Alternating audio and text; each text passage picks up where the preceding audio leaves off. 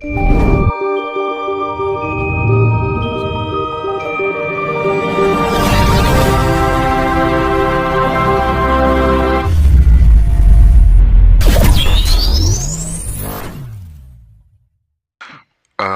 yang memperingatkan masyarakat harus lebih berhati-hati karena potensi bencana dan lain sebagainya yang tidak bisa dihindari. Itu pandangan panjenengan seperti apa yang?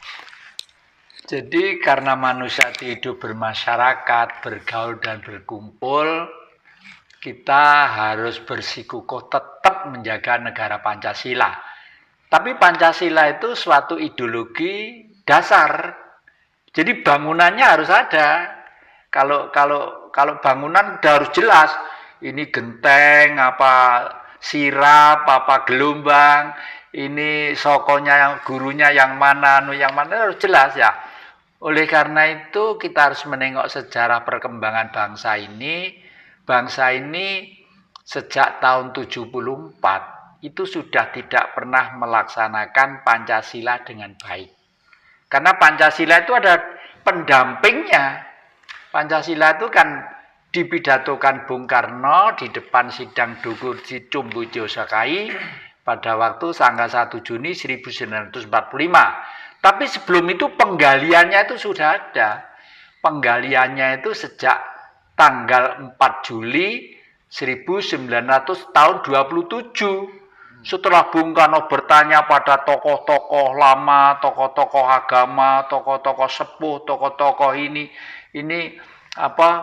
lalu Bung Karno pada waktu itu kuliah di ITB, berjalan-jalan di suatu desa, ketemu dengan masyarakat desa.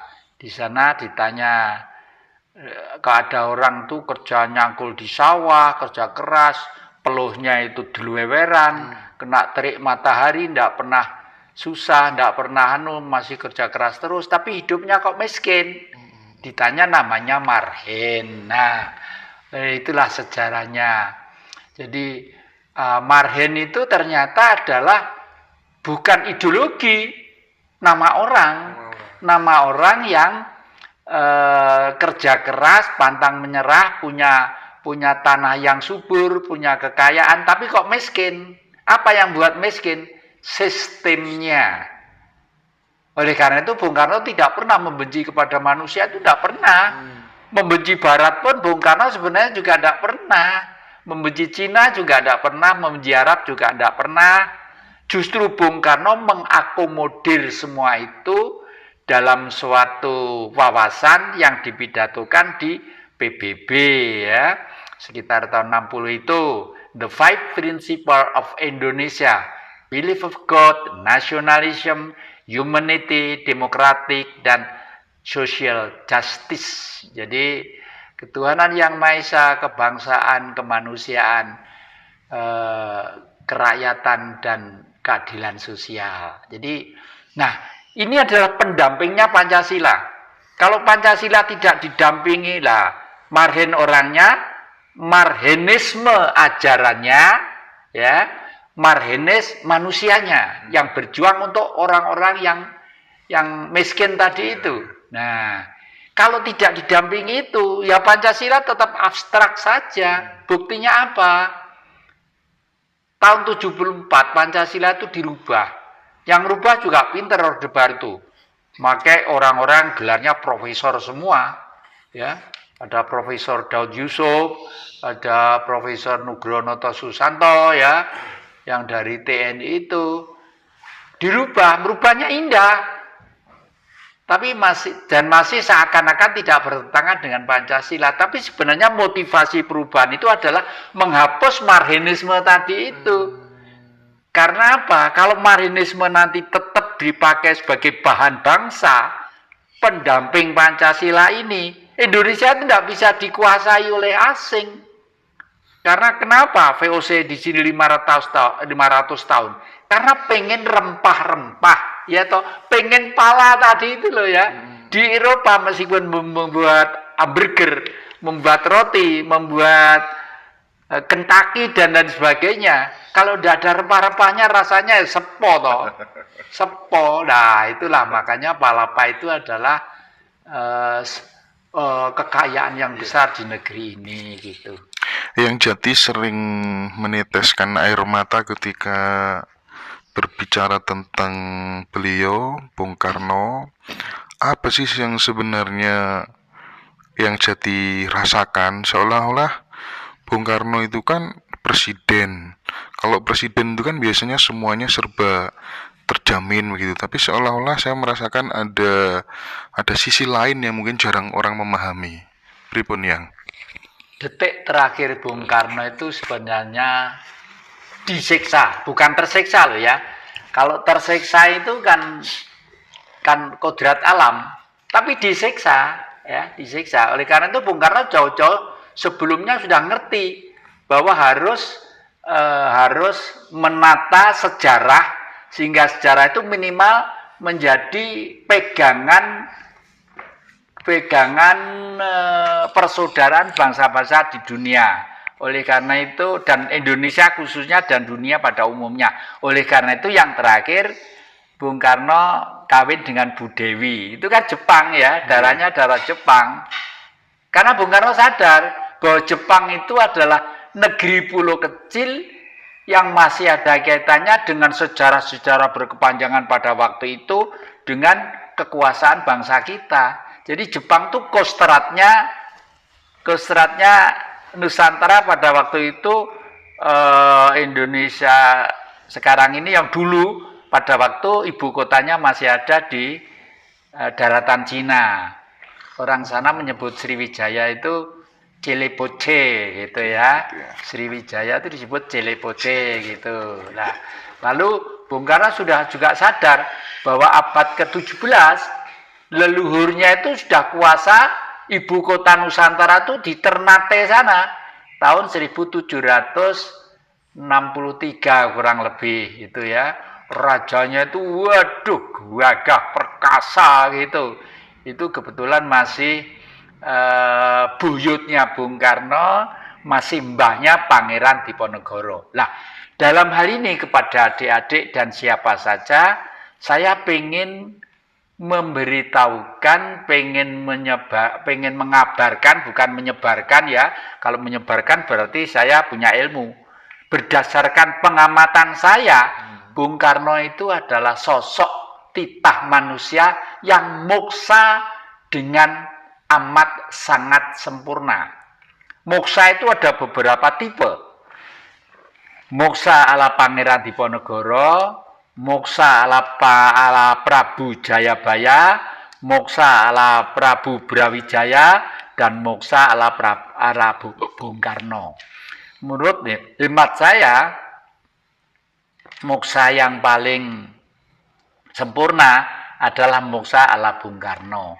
Loh, kenapa? Kok Bung Karno moksanya lebih tinggi dari Prabu Brawijaya dan Prabu Jayabaya? Ya beliau kan hidup pada abad itu ya. Prabu Brawijaya hidup abad 13, yang Jayabaya mungkin sekitar abad 7-8. Bung Karno abad 20 ya toh. Jadi moksanya sudah modern. Buktinya apa? Beliau bisa hidup sampai kapanpun hilang dengan raganya sekaligus. Jadi sudah berbadan sukma. Nah, kalau tipe moksa yang lainnya adalah moksa Pangeran Diponegoro. Pada waktu Pangeran Diponegoro berjuang melawan penjajahan sekitar tahun 1825 sampai dengan 1830, beliau merasa bahwa perjuangan melawan penjajah ini masih membutuhkan waktu yang panjang. Lalu beliau bergerak ke timur, mencari tempat di mana tempat itu bisa digunakan untuk masa-masa terakhir sekaligus mendirikan suatu padepokan. Kalau sekarang mungkin seperti pondok pesantren gitulah ya. Pondok itu tempat untuk mengajarkan. Santri itu dari kata-kata cantrik, artinya murid. Nah, Beliau sebagai manusia sadar bahwa suatu saat itu akan mengalami kematian, itu sadar. Dikumpulkanlah cantrik-cantriknya itu. Ayo ngumpul sini, anak-anak ngumpul sini ya. Tapi sebelumnya, seminggu yang lalu sebelumnya gitu, beliau sudah membuat lubang sendiri. Kalau sekarang disebut makam lah ya, mau lubang sendiri, mungkin panjangnya sekitar 3 meter, lebarnya sekitar 1,5 meter gitu. Lah ya ngumpul sini ya. Ini gini ya, semua sudah ingat ya apa yang saya ajarkan. Bahwa negeri kita ini menurut zaman-zaman dulu adalah negara yang besar. Negara ini kita itu disebut surga ya. Jangan lupa ya ajaran-ajaran yang saya berikan. Dan semua kehidupan itu akan mengalami kepunahan. Pohon punah, binatang-binatang punah. Bahkan binatang-binatang itu semuanya hidupnya itu lebih mulia dari manusia. Coba kamu selama ini tahu di mana burung mati dengan sendirinya jatuh di tanah karena tua plok gitu? Kan tidak mati. Mati-mati mungkin ditepil oleh anak-anak dan lain sebagainya atau dipanah gitu. Karena apa? Burung-burung itu mulai dari Banten sampai Alas Purwo, kalau mati, meskipun burung prit, garuda, sampai yang besar-besar, terbang dulu ke puncak Gunung Lawu. Karena Gunung Lawu itu gunung suci, di sana itulah kebun dan kawahnya sudah mati, makanya kalau kamu nanti naik ke sana, akan banyak tahu tempat-tempat bekas-bekas belulang-belulang burung-burung itu. Jadi, satu. Yang kedua, kera. Kera itu jangan dianggap binatang jahat, enggak, binatang suci kera itu.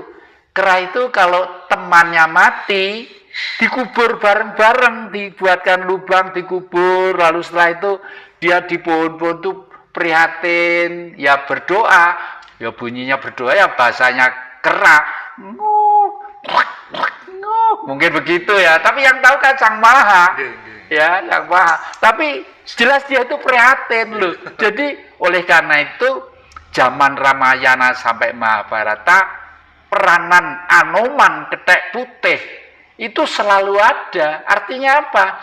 Kera itu contohlah adalah binatang suci yang mengerti peradaban dan selalu setia kepada temannya, bahwa jasmani ini pinjaman bumi harus kembali ke tanah.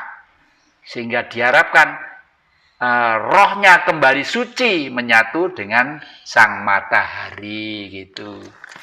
Okay. Menyikapi yang sampaikan tadi terkait dengan ikan-ikan pada pengen ke darat. Nah, kita yang di pantai utara, yang di pesisir pantai selatan, ada nggak yang saran, masukan supaya menjadi solusi supaya kita terhindar dari mara bahaya dan lain sebagainya? Yeah. Ini solusi sementara ya, toh nanti tetap merupakan babak penyisian. Ini umpama garu wis wayahe liwat.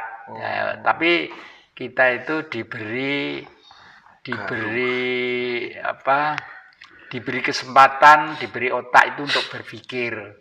Paling tidak itu kita itu mudah-mudahan terhindar dari garu yang lewat tadi. Banyak yang mengistilahkan garu ya, yang ya. Garu itu kan untuk membajak sawah itu ya, garu gitu. Iya. Dan garu itu fungsinya apa? Fungsinya adalah menghilangkan predator-predator yang nanti kalau ditanami padi jangan mengganggu padi itu. Lah padi itu adalah manusia gitu ya. Adalah manusia. Jadi garu ini arepe liwat le, hati-hati gitulah. Biasanya kita satu, kurangi makan ya, kurangi tidur. Kenapa kok ngurangi makan? Wong manusia hidup butuh makan. Orang itu kalau saya wareg, saya ngelukru biasanya musine sitok turu ya, padahal justru orang lapar inilah yang biasanya tuh bisa adaptasi dengan alam ya, dengan alam. Raja Ternate dulu panglimanya ada dua, yang satu berbentuk gagak, burung gagak, yang satu anjing. Itu panglima perang itu. Dan beliau bisa misalnya kenapa kok gagak? Gagak itu diperintahkan, ayo musuh katanya mau masuk Indonesia, kamu terbang ke utara. Nanti kasih tahu terbang gagak terbang ke utara misalnya sampai Surabaya. Itu lalu kembali, wah ini perahu-perahu musuh sudah sampai mau mendarat di Tanjung Priok misalnya sekarang ya. Lalu gagak itu di sini mancik di baunya sebelah kiri sini, lalu BCI. Nah, yang tahu sang raja itu, karena leluhur kita itu sakti-sakti. Oh, sekarang sudah mau mendarat di Surabaya. Oh ya, sudah. Ya, terima kasih. Sudah kono wis. Kayak golek bojomu kono. Nyata itu yang nyata itu. Itu sekitar abad 17, Raja Ternate itu, ya. Lalu yang kedua anjing. Anjing punya tugas khusus. Kamu sini, siap Doro, kalau misalnya bisa ngomong gitu. Kamu coba kupingmu tempelkan di tanah, kamu kan bisa menangkap getaran jalannya tentara atau kuda. Coba kira-kira sampai di mana gitu lah. Lalu anjing itu ditempelkan telinganya di tanah. Lapor juga, gitu lah. Sang raja ngerti juga, sekarang sudah mau masuk Pandaan, gitu misalnya. Wah, sekarang sudah masuk Lawang, sudah dekat. Ayo tentara pasang tapal kuda, hadapi. Begitu dulu. Makanya sumpah Prabu Kertanegara itu Prapta Ika Dharma Putra Nusantara ingsun tanha mukti palapa lamun durung eka hing Nusantara hing Tumasik sekarang Singapura hing Johor sekarang Malaysia hing Ternate Nusa Tenggara Timur hing Gurun Australia. Itu dulu semua wilayah kita. Malaysia dan Singapura itu dulu wilayah kita. Wilayah kita, Malaysia, Singapura dulu itu wilayah kita.